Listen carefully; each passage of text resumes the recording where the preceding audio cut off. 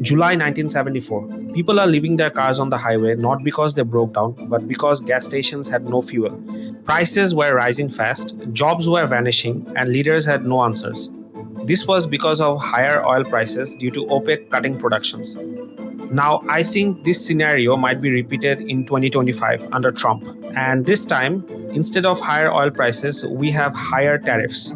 The Fed has already started lowering rates, and there is indication of further cuts as Trump plans to stimulate the economy and cut back unemployment rates.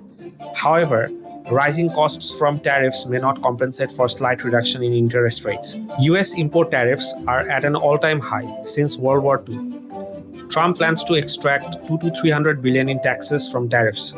On top of that, he is doubling down on deportation drives. This would result in labor cost increase, which makes US products even less competitive. Businesses now have to deal with higher wages, higher input costs, and retaliatory tariffs from other countries. So, on one side, people won't be able to afford to buy goods and services, plus, they won't even have jobs to do so. This phenomenon is called stagflation. Now, Trump is also trying to influence the Fed.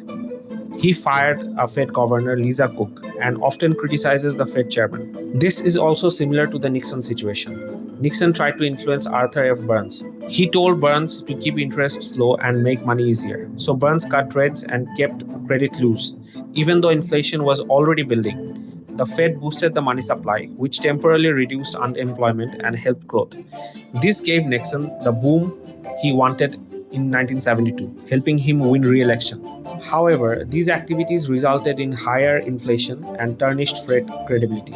Then came G. William Miller, followed by Paul Volcker, who sharply raised interest rates to around 20%. His policies caused a deep recession but eventually tamed inflation, restoring credibility to the Fed. So gradual corrections are better than a sudden shock. The entire scenario might be repeated during Trump's tenure, as Trump tries to influence the Fed, take unorthodox policy decisions, pushes allies further, and treat the White House as his personal reality TV show. His actions can lead to years of suffering for ordinary US citizens.